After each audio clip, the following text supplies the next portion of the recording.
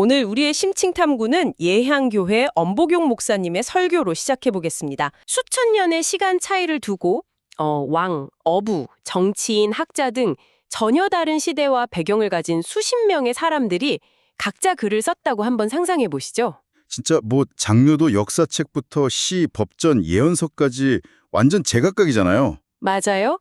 그런데 누군가 이 파편화된 66권의 책들을 쫙 펼쳐놓고 사실 이 모든 텍스트는 처음부터 끝까지 단 한 사람을 가리키고 있다. 이렇게 주장한다면 어떨까요? 저희 방송을 듣고 계신 여러분이라면 아마 에이 그건 너무 억지 아냐? 이런 생각부터 드실 겁니다. 아주 자연스러운 반응이죠. 서로 다른 목적과 시대상을 가진 문헌들을 하나의 거대한 메타 서사로 묶어낸다는 건 자칫하면 무리한 짜맞추기가 될 수 있으니까요. 네, 그런데 오늘 저희가 깊이 있게 탐구할 자료가 바로 그 과감하고 흥미로운 주장을 담고 있습니다. 바로 성경 66권 예수 그리스도라는 문서인데요. 오, 제목부터 아주 직관적이면서도 도발적이네요. 그쵸. 자, 이것부터 하나씩 풀어볼까요? 오늘 우리의 미션은 이 문서가 가진 어떤 종교적 신념을 떠나서 도대체 어떤 논리와 구조를 사용했기에 그 방대한 66권의 텍스트를 예수 그리스도라는 단 하나의 렌즈로 완벽하게 꿰어내고 있는지 파악하는 겁니다. 그러니까 여기서 정말 흥미로운 점은 흩어진 퍼즐 조각들을 어떻게 연결하고 있는지 그 탁월한 편집과 해석의 틀을 객관적으로 분석해 본다는 거군요. 제 말이 그겁니다. 엄청난 정보량 속에서 압도당하지 않고 이 문서가 제시하는 기승전결의 핵심 구조를 빠르게 한번 파악해보죠. 좋습니다. 이 문서를 분석하면서 가장 먼저 눈에 띄는 건 파편화된 데이터를 다루는 방식이에요.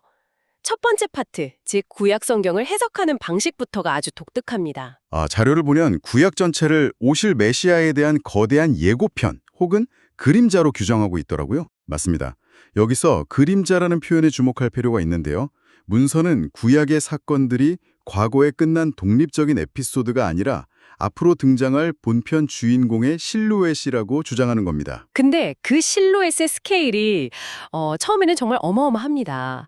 창세기에서는 주인공을 우주의 창조자이자 약속된 여자의 후손이라는 아주 우주적인 스케일로 건져놓거든요. 네, 출애굽기로 넘어가면 이스라엘을 죽음에서 구한 6월절 어린 양으로 묘사되고 민수기에서는 민족의 생존을 책임지는 구름기둥과 불기둥으로 등장하죠. 거시적이고 기적적인 상징들이네요. 그렇죠.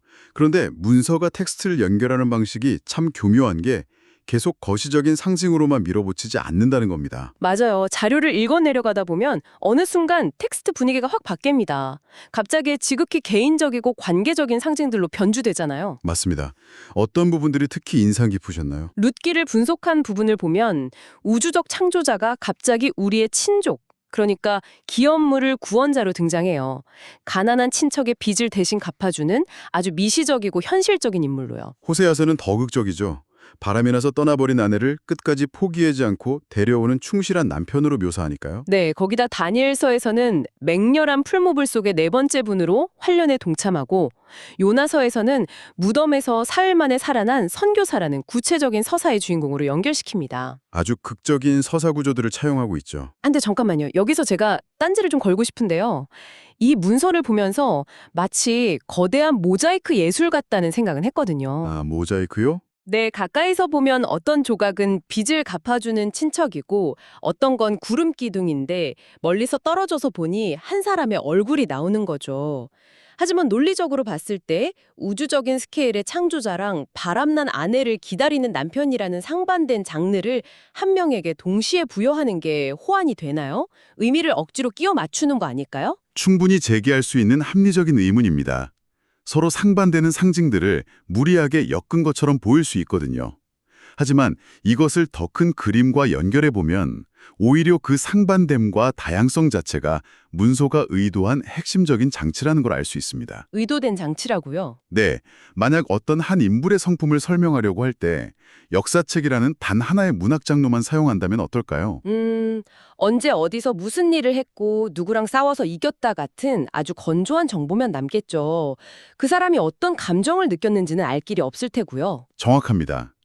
이 문서가 율법, 역사, 시, 예언 등 서로 다른 문학 장르가 동원된 텍스트들을 끌어모은 이유는 한 인물의 다각적인 성품을 입체적으로 묘사하기 위함입니다.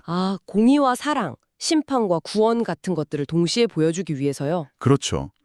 역사와 예언을 통해서는 위험 있는 재판관의 모습을 세우고 시와 은유를 통해서는 다정하고 겸손한 연인의 모습을 더하는 겁니다. 양극단의 성품이 결합될 때 비로소 완벽한 프로파일링이 완성되는 거죠. 와, 그 논리를 따라가니까 수천 년 동안 이 거대한 모자이크를 다양한 장르로 쌓아올린 이유가 납득이 되네요. 자, 그럼 수천 년간 은유와 예언으로 쌓아올린 이 기대감이 역사라는 현실의 무대 위에서 어떻게 실체화되는지 신약 성경 파트로 자연스럽게 넘어가 볼까요? 네, 제2부 전환이 아주 매끄럽습니다. 오신 메시아로 초점이 이동하면서 그림자의 실체가 무대 중앙으로 등장하죠. 복음서를 분석한 걸 보니까 마치 프리즘 같더라고요. 한 인물을 네 가지 빛깔로 나누어 보여주잖아요. 맞습니다. 마태복음은 유대인의 왕, 마가복음은 신실한 종으로 조명하죠. 그리고 누가복음은 죄인들의 다정한 친구, 요한복음은 생명의 빛으로요. 구역에서 기다리던 그 다각적인 성품이 복음서 안에서 완성되는 느낌입니다. 왕의 권위, 고난받는 희생, 인간에 대한 극진한 연민, 신성이라는 측면이 하나의 텍스트 안에서 교차하며 성취되었음을 증명하는 대목입니다. 그런데 말이죠. 여기서 진짜 흥미로워지는 부분이 등장합니다. 구약에서 그토록 기다리던 인물이 복음서에서 이미 도착했고 목적을 다 이루었다면 왜 그 뒤에 수많은 서신서들이 계속 이어져야만 했을까요? 편집글들 말씀이시죠? 갈라디아서나 골로새서 같은. 네, 문학적인 구조로만 보면 복음서 마지막에 목적을 이루었다 하고 딱 끝나는 게 깔끔하지 않나요? 왜 수십 편의 편지가 굳이 더 필요한 걸까요? 이 부분에서 아주 중요한 질문이 제기되죠. 실제로 왜 복음서 이후에 복잡한 서신서가 필요한지 의아해하시는 분들이 많거든요. 하지만 문서의 구조를 보면 아주 명확한 논리가 있습니다. 어떤 논리인가요? 복음서가 메시아의 도착과 성취 자체를 다룬다면 서신서들은 그 성취가 개개인의 삶과 우주적 질서에 어떻게 적용되는지를 보여주는 역할을 합니다. 적용이요? 거대한 사건이 현실에 어떻게 쓰이는지 보여준다는 건가요? 네. 아까 말씀하신 서신서 중에 빌레몬서를 보면 이 인물을 빚을 갚아주신 은인이라고 표현합니다. 이건 도망친 노예를 위해 쓴 아주 사적인 편지거든요. 아, 십자가라는 거대한 사건이 현실에서 노예의 빚을 탐감해주고 관계를 회복시키는 아주 미시적인 사건으로 작동하는 걸 보여주는 거군요. 맞습니다. 반대로 에베소서나 골로새서 같은 곳에서는 우주와 교회의 머리가 되시는 거시적인 통치로 확장됩니다. 복음서라는 돌멩이가 호시에 던져진 사건이라면 서신서는 그로 인해 폭발적으로 팽창하는 파문을 텍스트로 증명하는 셈이죠. 와, 노예의 빚을 갚아주는 개인적인 차원부터 우주 만물의 질서를 바로잡는 차원까지 확장이 되는 거네요. 자, 이렇게 광범위한 역사적, 신학적 전개를 거쳐서 드디어 문서의 마지막 하이라이트인 제3부로 진입합니다. 그런데 솔직히 말씀드리면 저는 이 마지막 파트를 읽으면서 굉장히 당황했습니다. 텍스트의 톤이 급격하게 변하는 지점이죠. 제목이 함께 소리 높여 고백합니다니까요. 맞아요. 이 문서는 그 인물을 시작과 끝이며 처음과 나중으로 묘사하면서 세 가지 아주 강렬한 역설을 제시합니다. 세상은 그를 이해할 수 없었고 군대는 그를 이길 수 없었으며 죽음조차 그를 가둘 수 없었다. 이 문장 말씀이시죠. 네, 여기까지는 아주 웅장한 문학적 선언 같은데 이 거대한 선언 직후에 텍스트가 갑자기 나의 구세주, 나의 안내자, 나의 기쁨, 나의 평화 이렇게 지극히 개인적인 고백으로 확 마무리됩니다. 객관적인 전개에서 갑자기 1인칭 고백으로 바뀌죠. 그래서 이 모든 게 대체 우리에게 무슨 의미일까요? 방대한 분량의 객관적인 백과사전을 읽고 있었는데 마지막 장을 넘기니 갑자기 나에게 쓴 절절한 연애 편지로 바뀌는 것 같은 충격을 주거든요. 정보의 나열에서 개인적인 감정의 영역으로 급선해야 한 이유가 대체 뭡니까? 겉보기에는 갑작스럽지만 전문적인 관점에서 보면 이 문서는 단순한 지식 전달을 넘어 지식의 체화를 목적으로 쓰였음을 알 수 있습니다. 지식의 체화요. 네, 아까 군대와 죽음이라는 표현을 썼잖아요. 군대와 물리력이라는 세상의 가장 일반적이고 강력한 힘의 논리가 도리어 죽음조차 가두지 못한 영적이고 내면적인 힘 앞에서 얼마나 무력해지는지를 보여주는 역설의 미학입니다.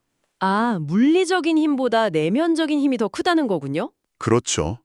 그리고 정보 과부하의 시대에 지식이 단순히 머리에 머물지 않고 개개인의 기쁨과 평화로 치환될 때 비로소 진정한 가치를 가진다는 것을 이 문서는 마지막 고백을 통해 증명하고 있는 겁니다.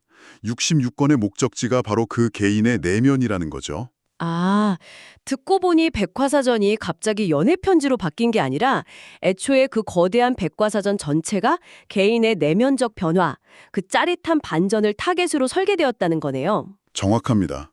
그게 바로 이 텍스트 구조가 가진 경이로움이죠. 와, 오늘 저희는 방대한 66권의 책과 수천 년의 역사가 한 인물로 관통되는 경이로운 텍스트 구조를 함께 되짚어 봤습니다.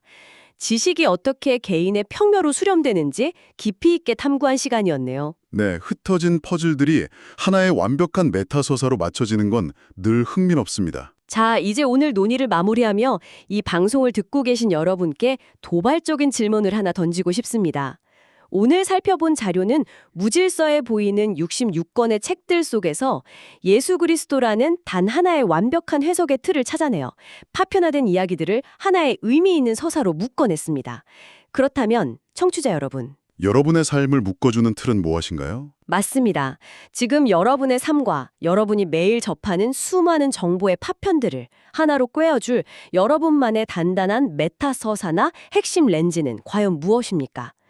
혹시 우리는 그 렌즈를 아직 찾지 못한 채 매일 쏟아지는 정보의 홍수 속에서 길을 잃고 표류하고 있는 것은 아닐까요? 스스로에게 한 번쯤 던져볼 만한 아주 중요한 화두네요.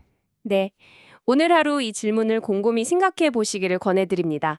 저희와 함께 이 깊이 있는 지적 여정에 끝까지 동참해 주신 여러분께 진심으로 감사드리며 오늘의 집중 탐구는 여기서 마치겠습니다.